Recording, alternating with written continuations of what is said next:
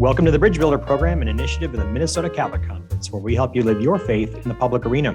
I'm Jason Adkins, Executive Director of the Minnesota Catholic Conference, and joining me is our producer and Minnesota Catholic Conference Communications Manager, Kit Sapiniak. Hey, Kit. Hey, Jason. Hey, everyone. Thanks for tuning in again this week. We're so glad that you're joining us. We've got a great conversation ahead. Remember that you can always catch the Bridge Builder Show every week on the radio, on your favorite podcast app, and now on our weekly YouTube show as well. So if you ever do miss an episode, go to mncatholic.org/podcast. That's where we keep all of our past episodes. Jason, who are you speaking with this week? Well, we're going to try to build bridges between economics and ethics and economic science and theology. We'll be speaking with Dr. Mary Hirschfeld, professor of economics and theology at Villanova University and author of the very fine book, Aquinas and the Market Toward a Humane Economy. That's a great subtitle of the book, Toward a Humane Economy. You know, what really makes an economy humane or inhumane? It helps me to understand that, yes, the church would have something to say on the economy. It's not just about numbers. It's about how it impacts people too. So I can't wait to hear what she has to say. Remember, everyone, if you ever have an idea for a show topic, what do you want us to be talking about? What questions do you have? Shoot us an email. The email address is show@mncatholic.org, or you can just leave us a comment on our YouTube channel, on Facebook, Instagram, or Twitter. I will be back at the end of the program with this week's action item. I'm now joined by Dr. Mary Hirschfeld. Dr. Hirschfeld is Associate Professor of Economics and Theology in the Department of Humanities at Villanova University. She has taught at Villanova since 2011, where she regularly teaches the Humanities Gateways Society and God and honors seminars. She completed her PhD in economics at Harvard University and a PhD in moral theology from the University of Notre Dame. Her research is on the boundary between economics and theology, culminating in her 2018 book, Aquinas and the Market Toward a Humane Economy, available from Harvard University Press. Dr. Hirschfeld, what a blessing to speak with you today. Thanks for coming on the Bridge Builder. Thanks for having me. I really appreciate it. There's a lot of chatter around about Alistair McIntyre's speech at Notre Dame recently about Aquinas and the common good, and Aquinas seems to have continuing relevance. Why should people read a medieval theologian on economic and social matters that are phenomenon happening today? That's a great question. The reason you should read Aquinas is because he has a deeper, richer take on what human happiness consists in than the modern idea that underlies economics. And so he provides us a way of thinking about economic life as ordered to actual human flourishing, whereas the economic models, they describe what people are trying to do, but it's just not a good path towards happiness. So it actively diverts us away from flourishing.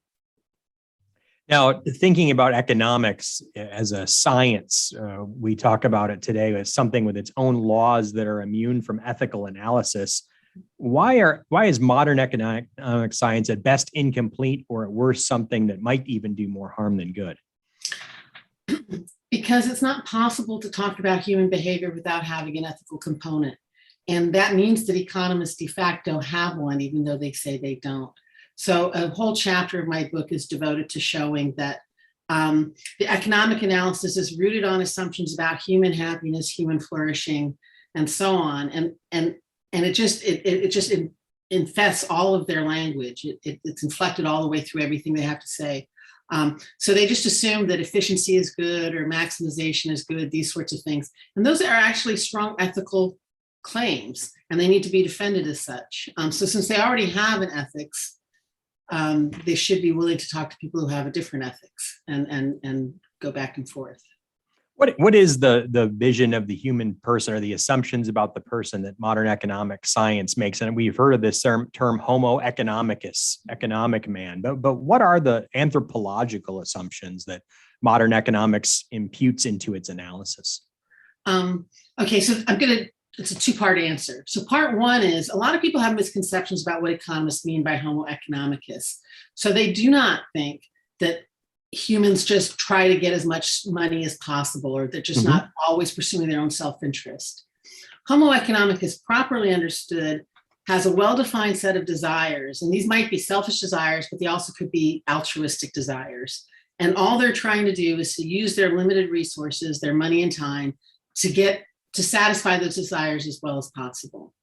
So that's not, it's the caricature is often misleads people about what's wrong with economics.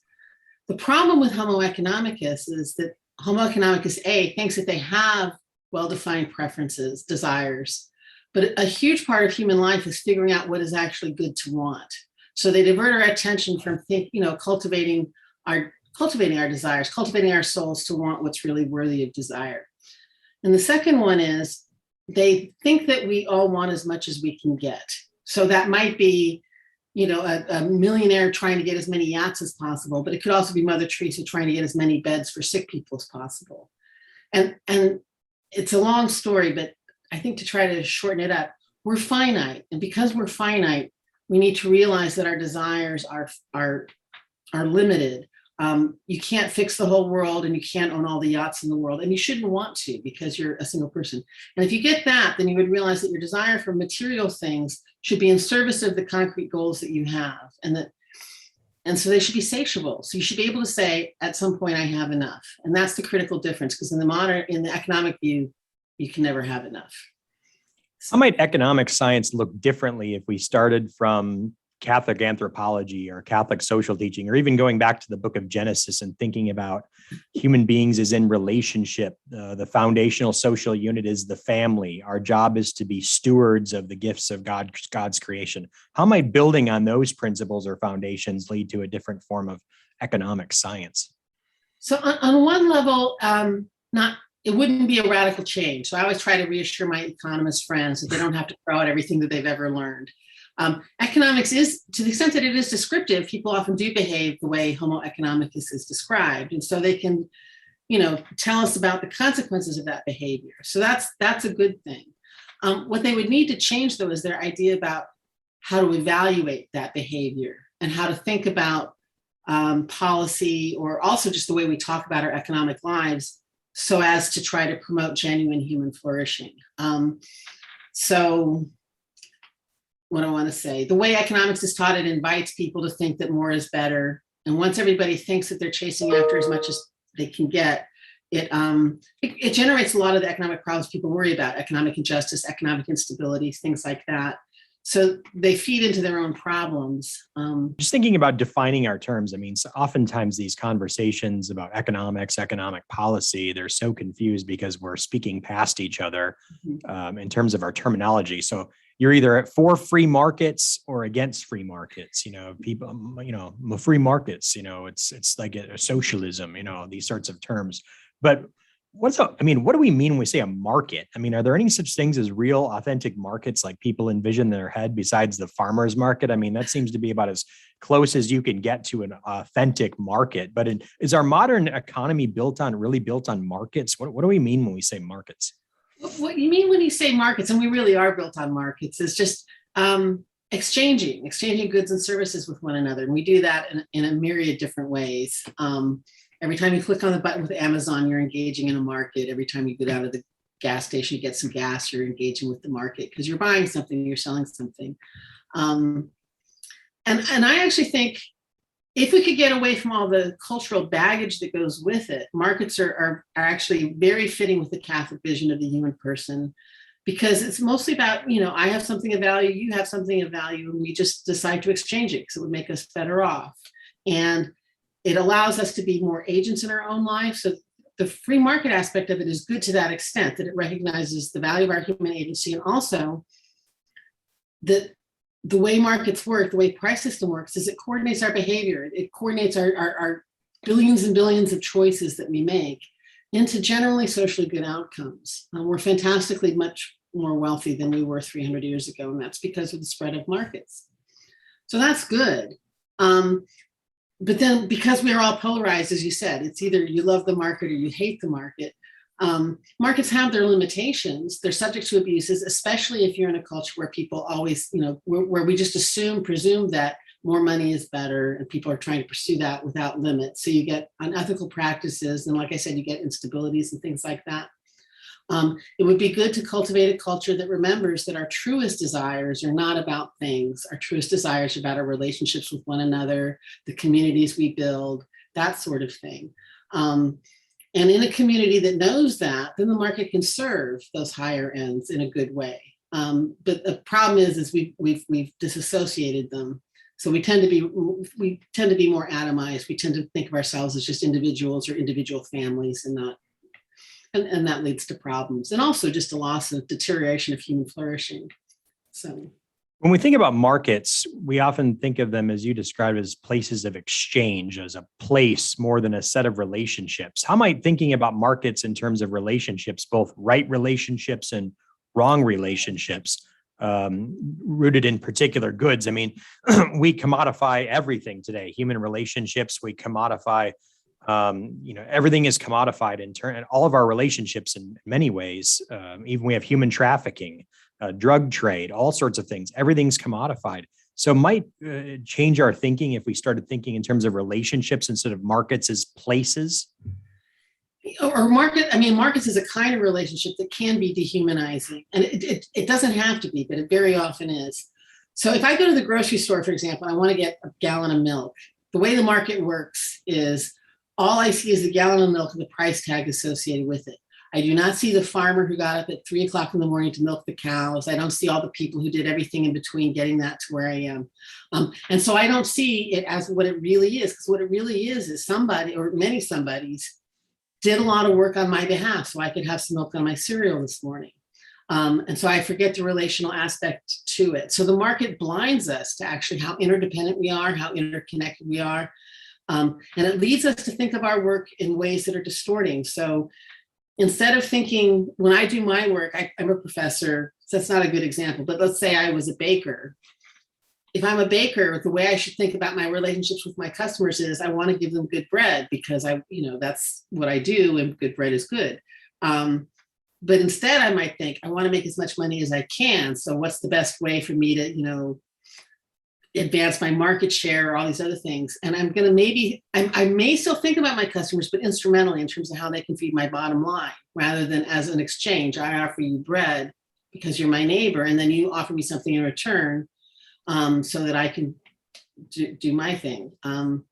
So yeah, the market just makes it harder for us to see how related we are. And then, as you say, it's metastasizing. So we start looking at our interpersonal relationships through a market lens. I often teach Gary Becker, the Nobel laureate, and he wanted to extend the market metaphor to all aspects of life. And what's scary about him, of course, is it's fairly accurate, because we really have extended the market metaphor.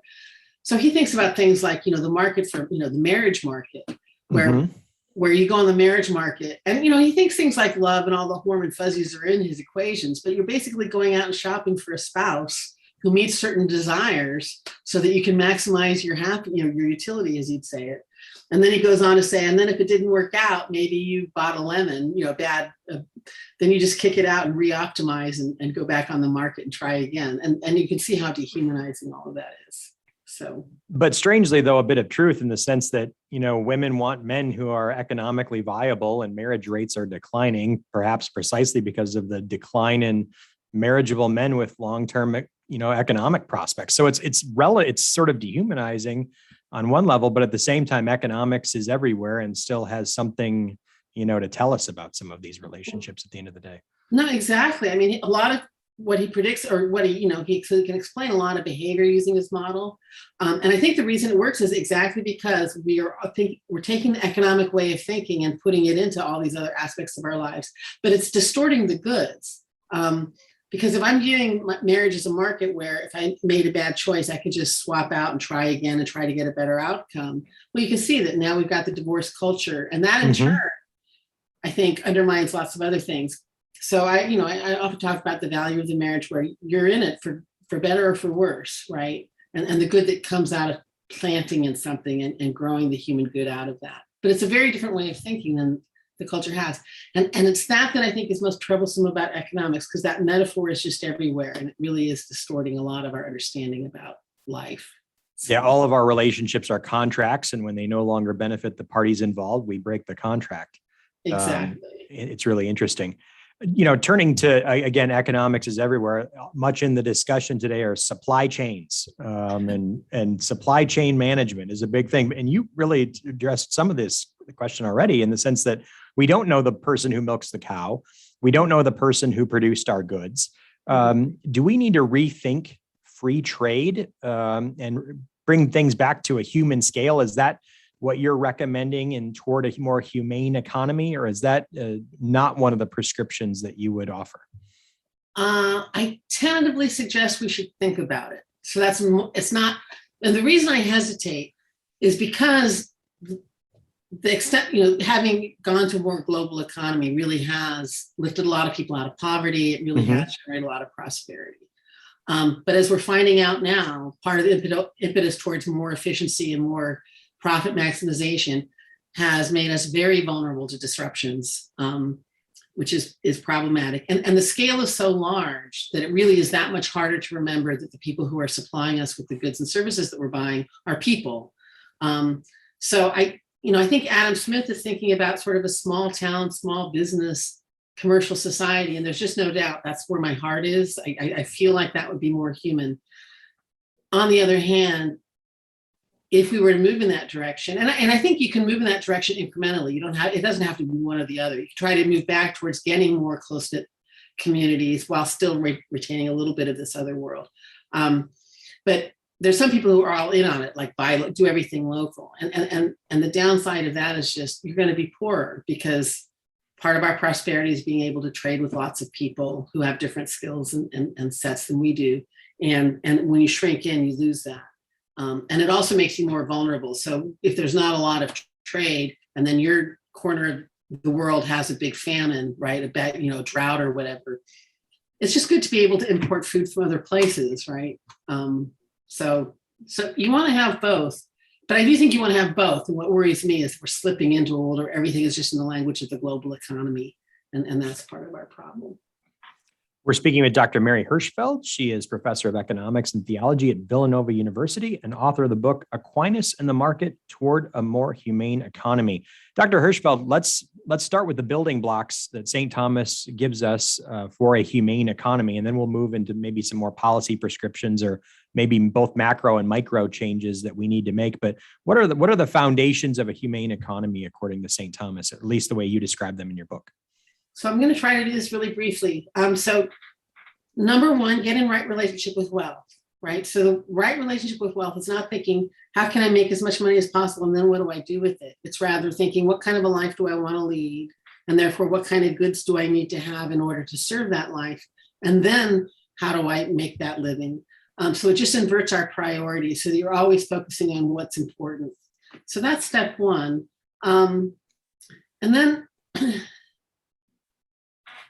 and really that drives everything. So once you start thinking that way, when you go out into work, you're going to see work as more than just a paycheck. Work is, how do I exercise my talents? How do I support the community through the work I do? How do I, it just invites you to a more relational aspect with things.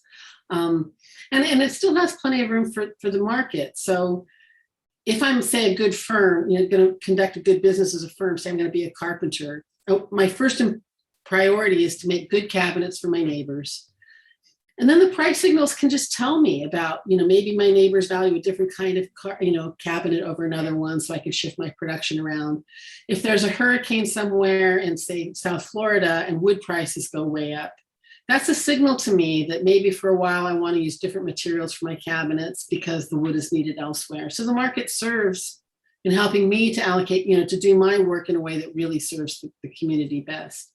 But the main thing is I would never, ever look at my work as primarily about how to make as much money as possible. It would be primarily about how do I build a good, how do I serve the community through my cabinets? How do I, provide a good space for my worker, my employees to work, things like that. That would be the main. Yeah. I'm sorry, if we want to translate that into pop culture speak, we might say that economic life and proper economic life means we have to start with why. Why do we do things? Why are we pursuing certain goods? What's the point of it all? One might say. Could not have said it better. So we're all, and it goes back to the idea, if we think we already know what we want, we never get to the question of why. And asking why, I think, gives us just a lot of space to take all of our economic wealth and just deploy it much better. right?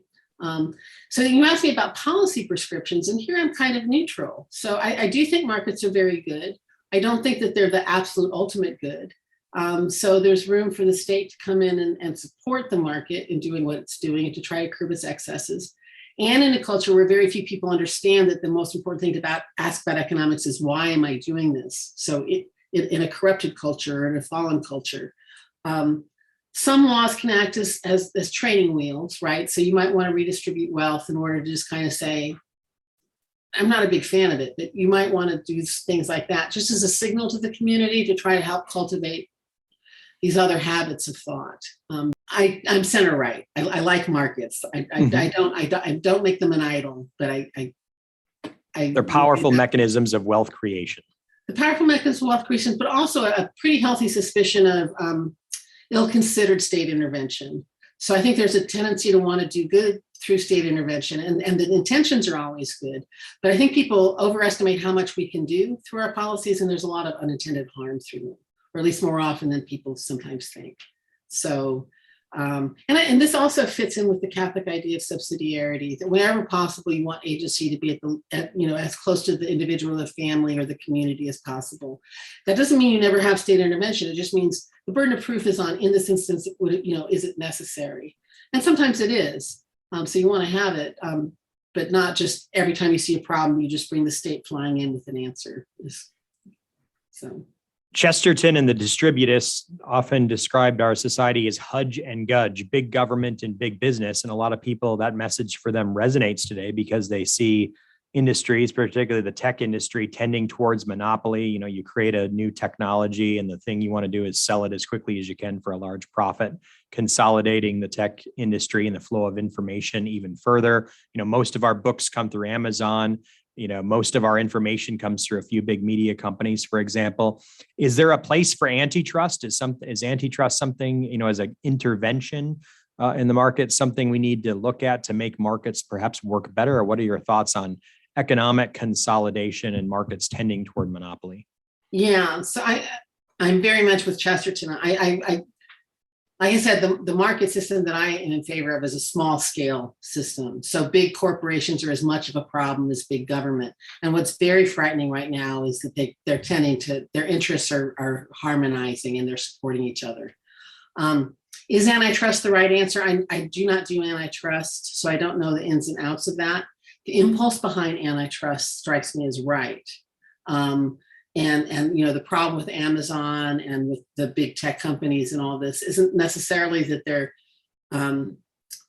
charging too high prices for their services or things like that. It's the consolidation of power that's frightening.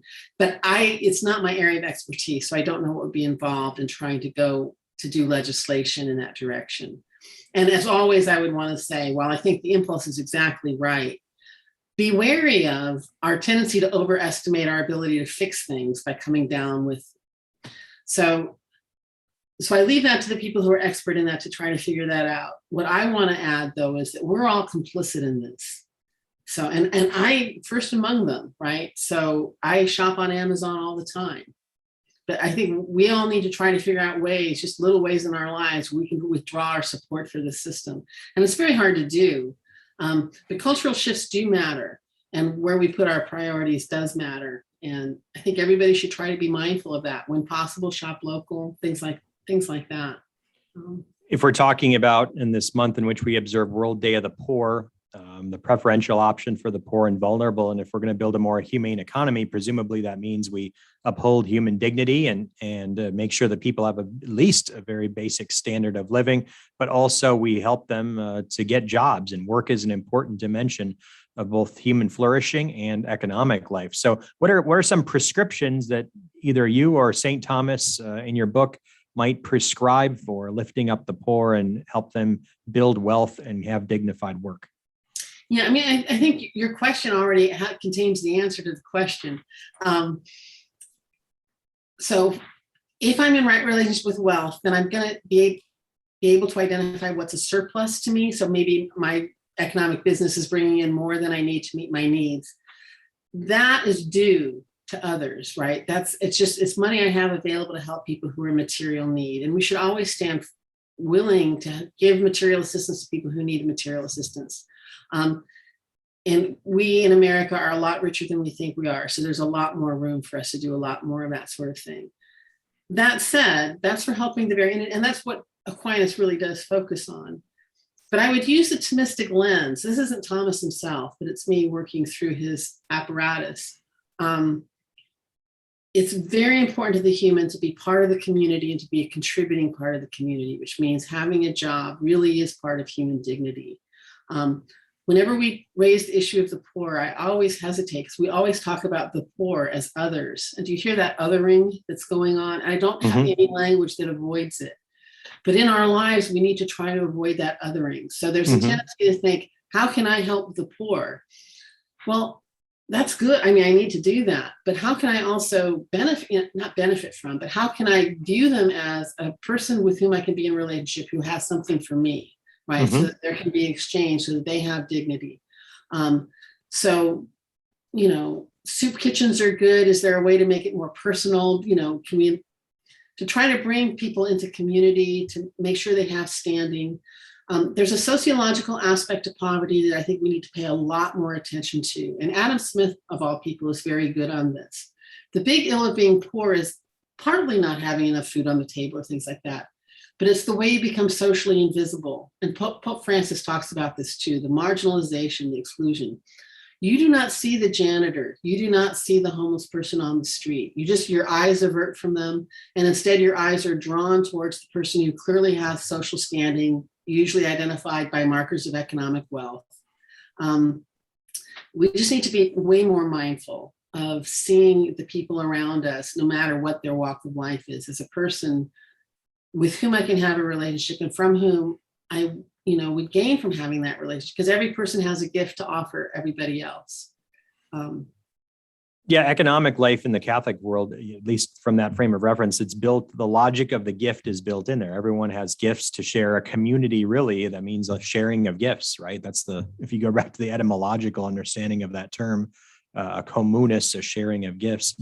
Is a principle of participation here an important one? It's an important principle of social life, and it's an important principle of, certainly we say ecclesial life, which is why we're talking about synods, and economic life too. Is that something that Aquinas prescribes as a component of a humane economy, is fostering greater economic participation?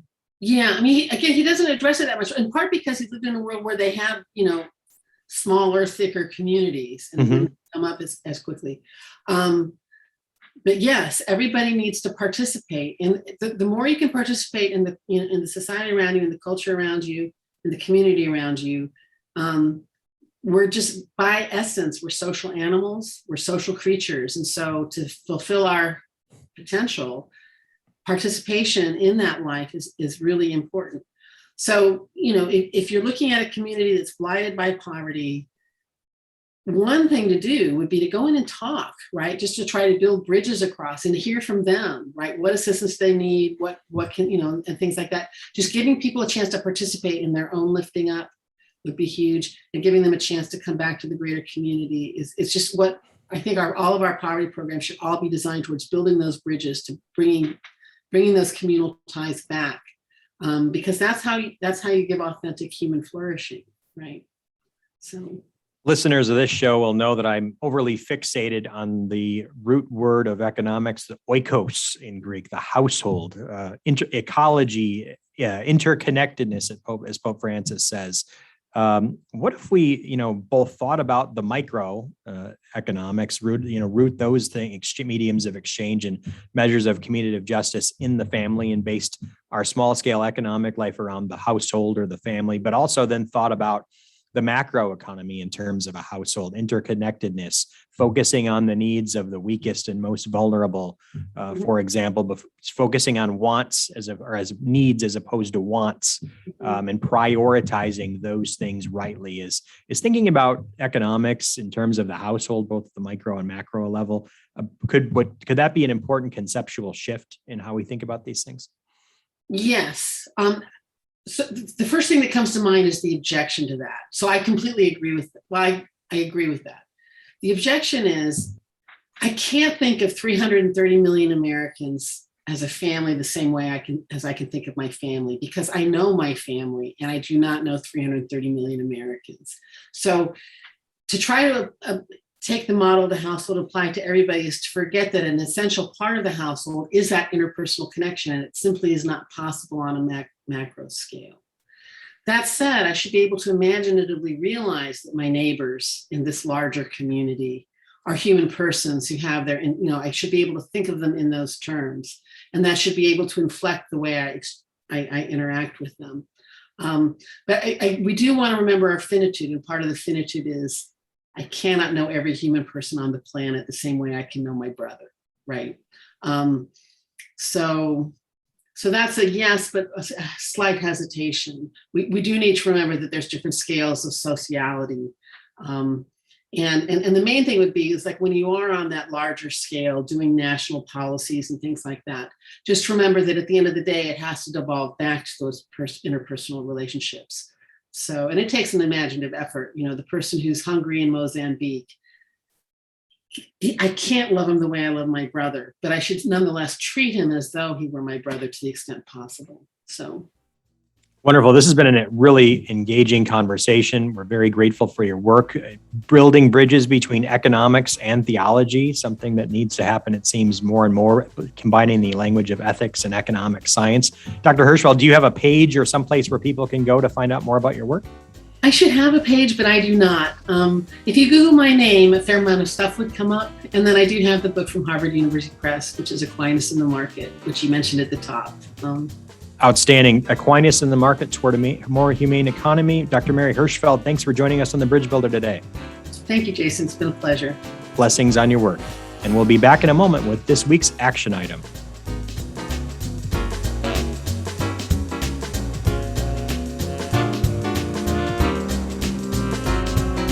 Welcome back to The Bridge Builder, an initiative of the Minnesota Catholic Conference. Now it's time to jump into this week's action item. Kit, what do you have for us this week? Yeah, well, it's hard to believe, but it's already Advent, starting on Sunday, November 28th. As we all know, it's a season to prepare for the coming of Christ, but it's really also a prime opportunity to bring our faith into the public square. Advent, or advenire, I hope I'm saying that right, in Latin, means to come to. We're coming to Christ, but why not also take it as an opportunity to encourage others to come to Mass with you? You could reach out to some of your elected officials, invite them to come to maybe your Christmas concert at your parish or a parish festival that might be happening this time of year. It's an opportunity for us to build those bridges at a time of year when people are really looking for relationships and looking for joyful opportunities. What else might you suggest that people do during this Advent season to help build bridges with their elected officials? Well, we talked to Dr. Hirschfeld about right relationships, and you mentioned, Kit, some ways of building relationships, and that's key in the political world as well as being in relationships, sharing our perspectives, and having authentic dialogue about what serves human goods and human flourishing.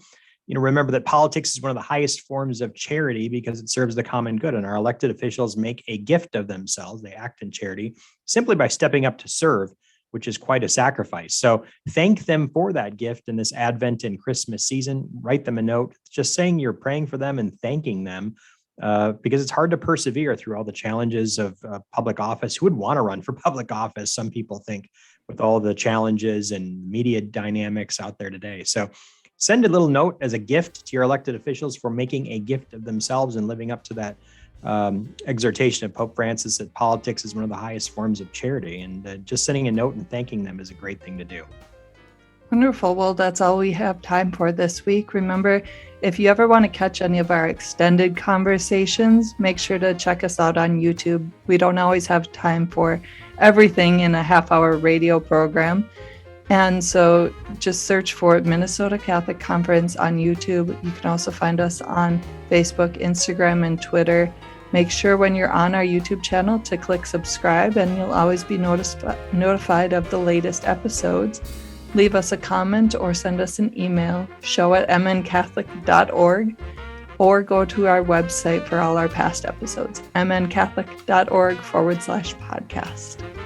Thanks for tuning in today to The Bridge Builder. We'll be back again next week with another great guest. More of your comments and questions and a new way for you to build bridges between faith and public life. I'm Jason Atkins, Executive Director of the Minnesota Catholic Conference, and for Kit Sapiniak, thanks so much for listening. Have a blessed day.